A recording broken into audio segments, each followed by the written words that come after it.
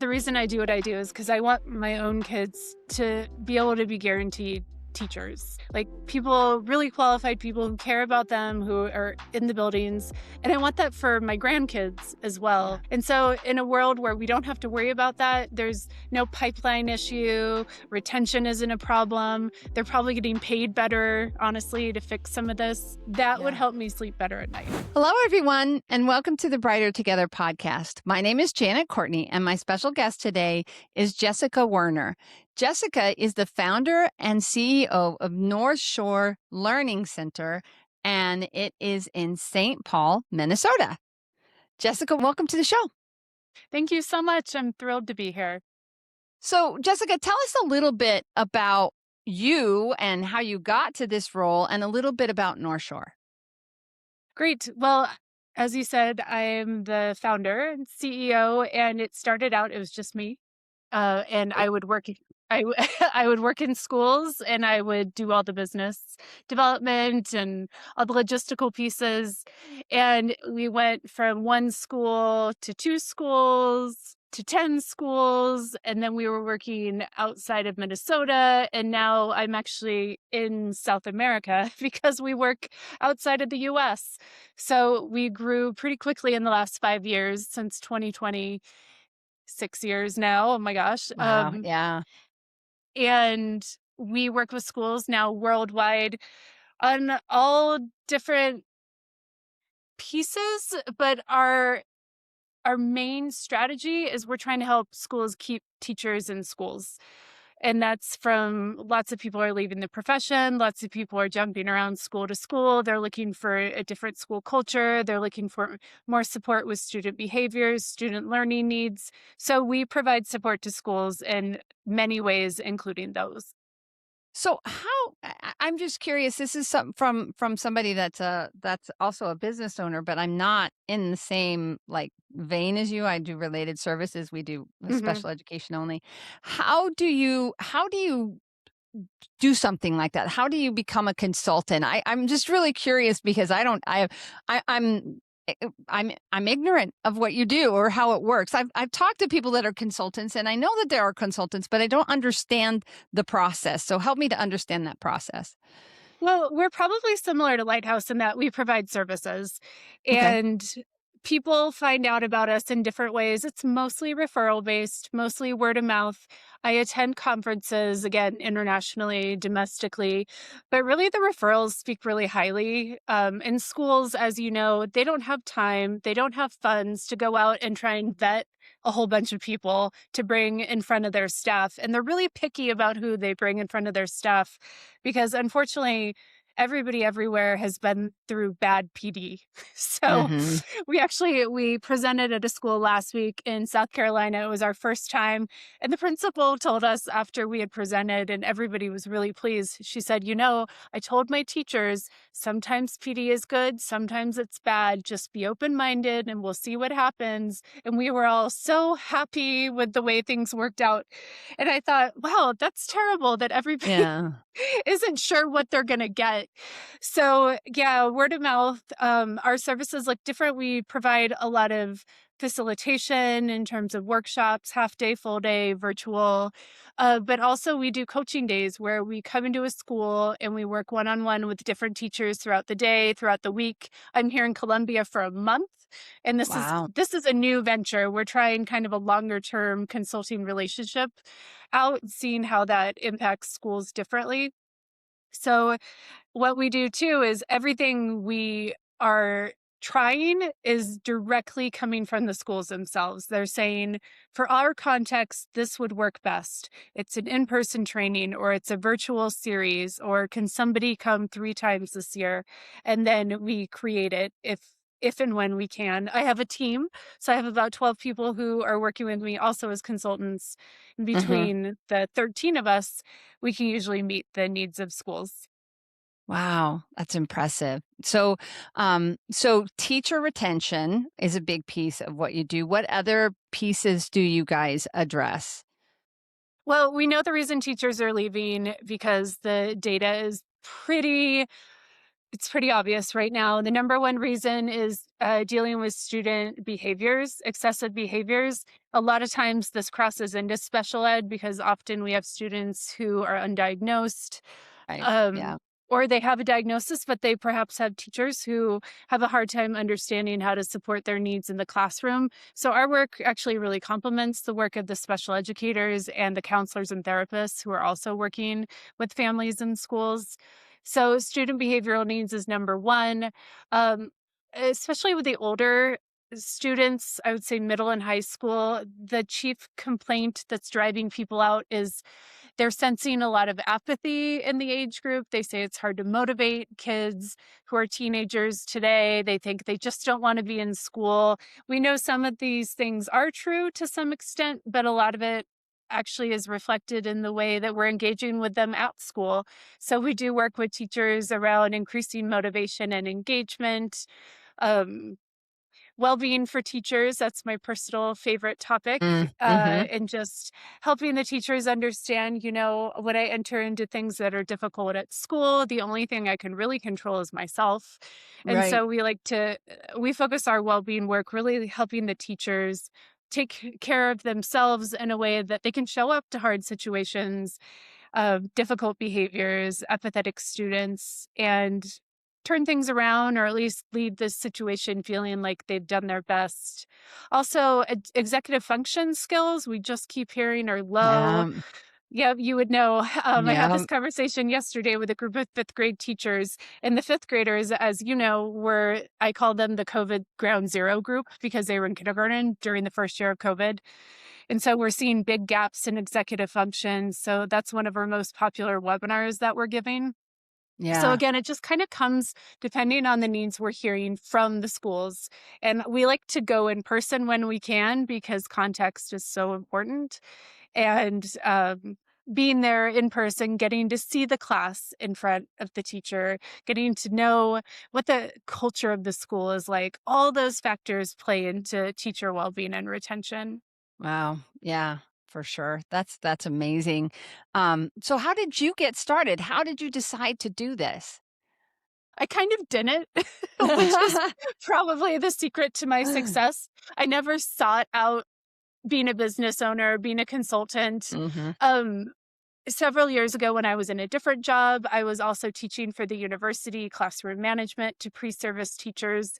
And part of my teaching assignment was supervision. So I would go to the schools where they were located doing their student teaching hours and Uh-huh. supervise student teachers. And at one of the schools, the principal pulled me aside after, and this is in 2018, I think. And he said, okay, what you're doing is really important, and we don't have anything like this. Can you come work with my other teachers who aren't student teachers? And I wasn't even sure how to answer. I said, I yes, I think so. Yeah. Is that something that happens? Is that something schools have a budget for? And so my entry into consulting was really accidental, which I think probably helped because as I learn, I have no expectations. Yeah. I don't have any kind of expectation. We're going to be this big or we're going to service this many schools. Just as we grow organically, I'm always excited and surprised, and I'm able to kind of pivot as necessary. And I think for me, that was an important way to start the business because if I had known how difficult it was going to be, I never would have tried. Oh, you sound like me. Oh, you So sound like me. I recommend the accidental business owner. Yeah. That's the accidental founder. Yeah, I don't think there's an entrepreneur out there or a founder, a CEO founder that would say, "Gosh, it was easier than I thought it was gonna be." And I'm glad I had no idea what it would be like Yeah, because yeah. anybody who thinks it's easy, and people ask me all the time. Somebody asked me earlier today, okay, how do you get into consulting? And I wanted to say, I think the trick is to not want to be a consultant and Right, see what yeah. happens. Yeah, exactly. Yeah, because there's so many, and it's not when you're an owner and when you're a founder, I always tell people it's like a juggler spinning plates, right? Oh, yeah. And the It's a great plate that's metaphor. wobbling is the one that gets the attention. And sometimes there's too many wobbling at the same time. So you end up working some really, really long hours. And it's Mhm. never 9 to 5. Never 9 to 5. If you want 9 to No. 5, or if you want 7:30 to 3:30 or 7:30 to 4 like a school is, this is not the job for you. There are lots of jobs like that if you want them. Yeah, there are. There are Yeah, for lots of sure. opportunities. I know, and it's hard on the family sometimes because, Mhm. especially when it comes to a new school partner, if they're calling me after hours, I will take the call Mhm. because my principals that I work with who hire us, they're really busy. And during the school day, it's hard to find time to talk. So, occasionally I'll have to take calls at night or during dinner. And it's hard to Mhm. say, I do this, but it buys me so much flexibility in other ways. Yeah, and look where you are. You're in Colombia. How cool is It's so that? cool. Yeah. Yeah. So how did that come about? Was it just a referral from a school in the States? It was a referral from another international school. We work in about 15 international schools. So those are schools mostly in capital cities, but this one is not. This one is up in a city in the mountains. But international schools exist, or maybe their initial purpose was to have for people who are in the State Department or who worked for governments who are being placed around the world, that their children would have somewhere to go to school and they could count on the curriculum being similar from place to place, and usually the language of instruction is English. And I taught in an international school in 2004 in Warsaw, Poland. So that was my Oh, wow. introduction to this world. And so when I started the business and I started growing domestically, I had in the back of my head, there are also these schools internationally that are seeing all the same issues. Right. So I very slowly over the last 5 years tried to carve out a little niche in the international schools market, which is a completely different market, Right. completely, different set of challenges to enter. But yeah, by good referrals, networking, going to conferences, Uh-huh.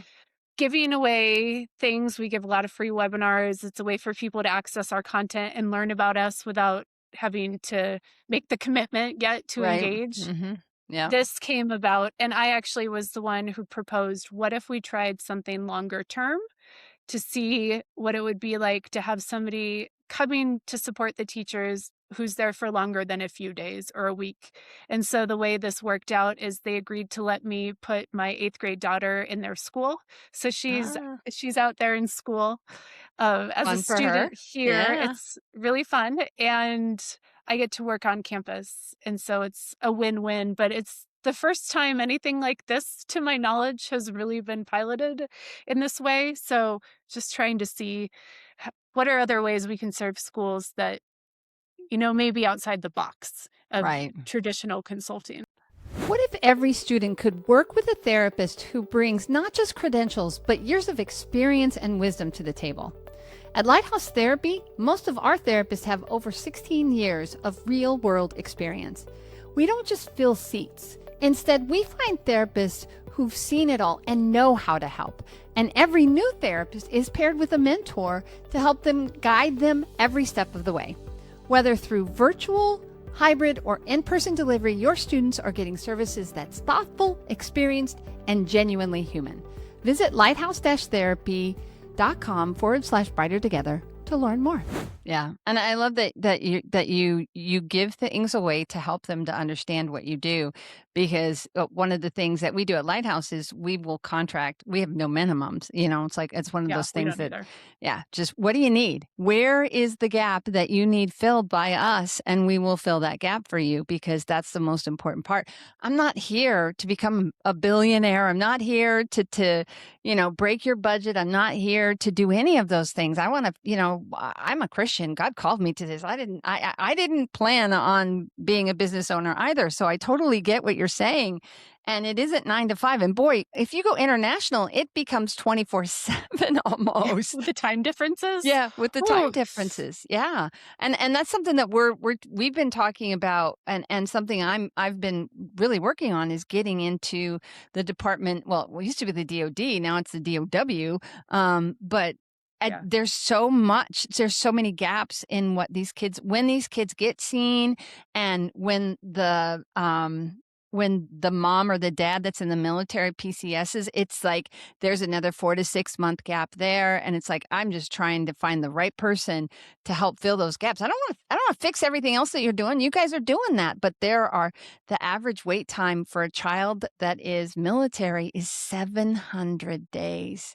It's insane. 700 That days. Yeah. that's just too long. Yeah, it's heartbreaking. That's 2 years of development that child's 23 months is what it is, and it's just so we actually went to Turning Point USA's the America Fest and hoped in hopes of finding the right person, just trying again, making those connections because there's a lot of influential people in this government that are at that conference, and so it was really great. We got to talk to some really cool people, but, I'm still waiting for my phone to ring. So, but it'll happen. It'll happen eventually. And again, it's something we as a team have talked about. It's like, we're going to do this and we can fix it in 30 days because it's virtual and we can get therapists from anywhere. Actually, my director of clinical operations, Erin O'Connell, she started working for me. We started working together. I shouldn't say me. We started working together 10 years ago, and she was in Japan. Her husband was in the military and he was in Japan. So she worked late evenings until like 2 o'clock in the morning and then it was crazy, but that's Wow. what she Yeah. did. That's how she did it to work in the States because Right. she had that time difference. So there will always be that time difference. But I know there are international Americans too that want to work and can't necessarily work. And there's just so many kids that need services. And it just breaks my heart. It absolutely breaks my heart. So, anyway, we don't talk about, I wasn't here to talk about me, but it's the same kind of thing of exactly what you're talking about, serving the needs of those kids. And I love that you guys are doing that. Right.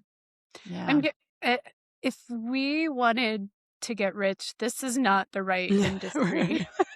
We're not in the right place. And I don't know about you, but over the years, I've found so many communities, business owners, and I hear so much advice from all the angles.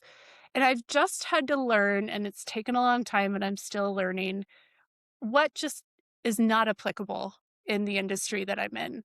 Yes, that approach might work in every other industry. It does not work here. Like you said, no minimums. I work in Mm-hmm. schools.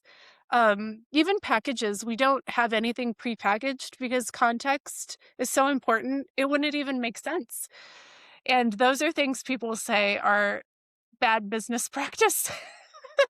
But Not in I think education. Not in I think you know education. what? Yeah. This is a different animal, Yeah. and people in education know. They know when you're in it for the right reasons. They can sniff out sales, they can Mm-hmm. sniff out opportunity, people looking for opportunities to exploit them Right. and that's just I think that's why we were able to grow and we are growing is people know they can trust us. Right. Oh, that's We're so true. fair Yeah. and we Yeah. try to operate with a lot of integrity. And at the end of the day, we're just serving the teachers who are ultimately serving the kids. Right. Exactly. Oh gosh, you sound like me because that's exactly it. I have seen since COVID, and I'm probably going to get myself in trouble for saying this, but there many of the my big competitors have taken investors because um the venture capitalists and investors found out that there was quote money to be made in special education, and Oh, so it's all of the just big players have taken on investors, and it totally changes the landscape of those companies.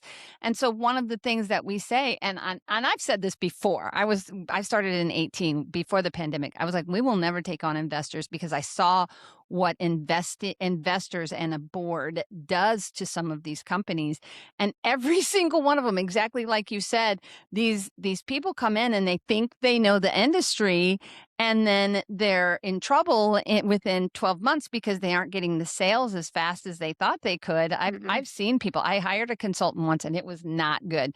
I'm like, yeah, you can say that all you want, but it doesn't work that way. So, I mean, and that trust factor and, being there at the conferences like you were talking about, my sales guy, John Higby, he's amazing at that. And he's dragged me all over the country.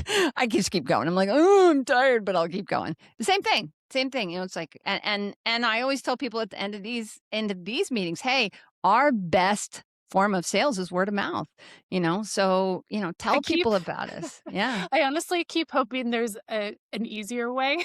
I'm like, where's the easier direction? And I feel like I've tried them. I've done digital marketing, I've PR. Where is the easiest way to do it? And it keeps coming back to referrals and word of mouth. So now I'm just trying to lean into it and Yeah. appreciate that that it Yeah. happens.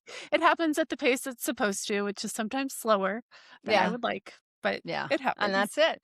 It just but every single school and every single child and every single teacher matter, and that's what you're Yeah, doing. absolutely. Yeah, it's beautiful. That's beautiful. So, I'm gonna ask you a question that I kinda ask a lot of my, podcast people, attendees is or guests, whatever you wanna call them.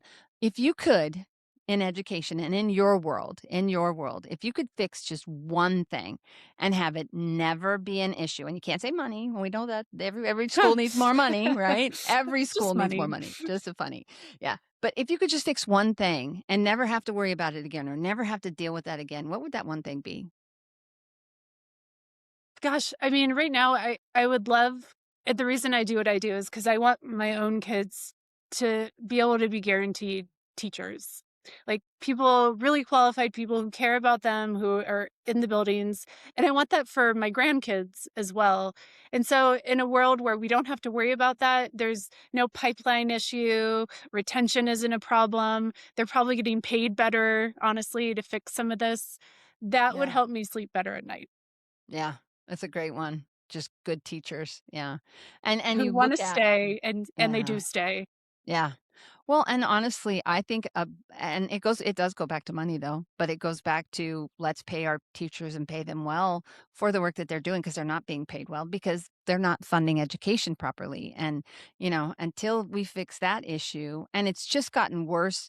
And it's like been this thing that hasn't, I mean, it's never been just like a deep dive, like all of a sudden it became a disaster. It's just steadily, steadily, steadily gone downhill. And it's just like we gotta fix it. Gotta find a way to fix it. Yeah, somebody told me recently it was a cab driver I had who was from West Africa, and he said, "America does not invest in human capital the way it should." He said, "If they did" it was such a wise observation, "If they did, your schools would be better, you would have more teachers." And I thought, "You're exactly right, we just aren't focused on what we should be in the right way." Yeah. Yeah, and the best way to get ahead in this world is getting an education, going and finishing high school. And, if I think there are lots of things that can be done in the secondary realm, but there's so much in you got to get past high school to even talk about that. So, Right. and I've had lots of people come on and talk about education is so key, and how do we get them educated? They have to be feeling like they're okay and that they're fed and they're Mhm. dressed and they're not afraid and all of those things. And then you have to have somebody that can teach them, which is the piece that Mhm. you're adding in. So really, really Right. great. Yeah. It's a tough thing, but that's why we're here, because I say, as we labeled the podcast Brighter Together, because you know, it's not gonna be fixed by one person. It's not gonna be fixed by what just you are doing or what I am doing and just what that superintendent is doing. It is a cooperative effort that we have to keep fighting this fight, and we just keep doing it. And it's a good fight, but it's a fight for sure. That's why I love meeting other people in this community, this collective ecosystem of supporting kids and schools because it matters. And it matters that we know each other and that we know who are on the same side with us in the hard work. So thank you so much for Yeah, reaching out to be able to do absolutely. this. So tell people, because this is going to go out, where do people who haven't heard you by word of mouth, because this is going to be an opportunity for other educators, because we get about 4,000 views on TikTok and we get about 4,000 views right now, and it keeps going up on YouTube. So tell people where they can find you. Let's give you that great plug. So the easiest way to find us is our website. It's northshorelearning.org. And you have access right away to the free resources. We have a YouTube channel where I have I have short videos, I have long videos, different topics, so you can get a feel for how we operate, who we are. But it's northshorelearning.org, and I welcome hearing from anybody who's out there listening, especially if you're a teacher in the schools world. Just thank you for what you do. You don't hear it enough. So I like to reiterate that. Yeah. Yeah. Because you are the front line. Yeah. As You are. teachers, you guys are the front line and we need you. We need more of you. Please stay. Please keep Please fighting the stay. good fight for our kids, Don't give for up our yet. children. Yes. Yeah. And talk to people. That's the other thing. Right. That's the emotional piece for our teachers. If you're struggling, talk to somebody. Please talk to somebody. Yeah, it Yeah. feels like a lonely job. This Yeah. is what we hear. You're siloed, you're in your classroom, you're in your school, but that's why we spread the word about what we do. It's like you're not alone. There are Hmm. other people. I have the conversations in Colombia. I say, "Oh, last week I was with a teacher in Minnesota who dealt with the same thing." Just Hmm. helping people realize they're not alone. We really are in it together communally as like a system in the world, but it's easy to not feel that way in the day to Yeah. day. Oh, for sure, for sure. Well, Jessica, it has been such a pleasure to have this conversation with you. Thank you so much. Thank you for the work that you're doing. Have a great time in Colombia. How fun is that you get to do Thank that? I you. love that so much for you and for your daughter, and for all of those teachers that are going to get the information from you. So thank you again for sharing your time with us. Thank you so much.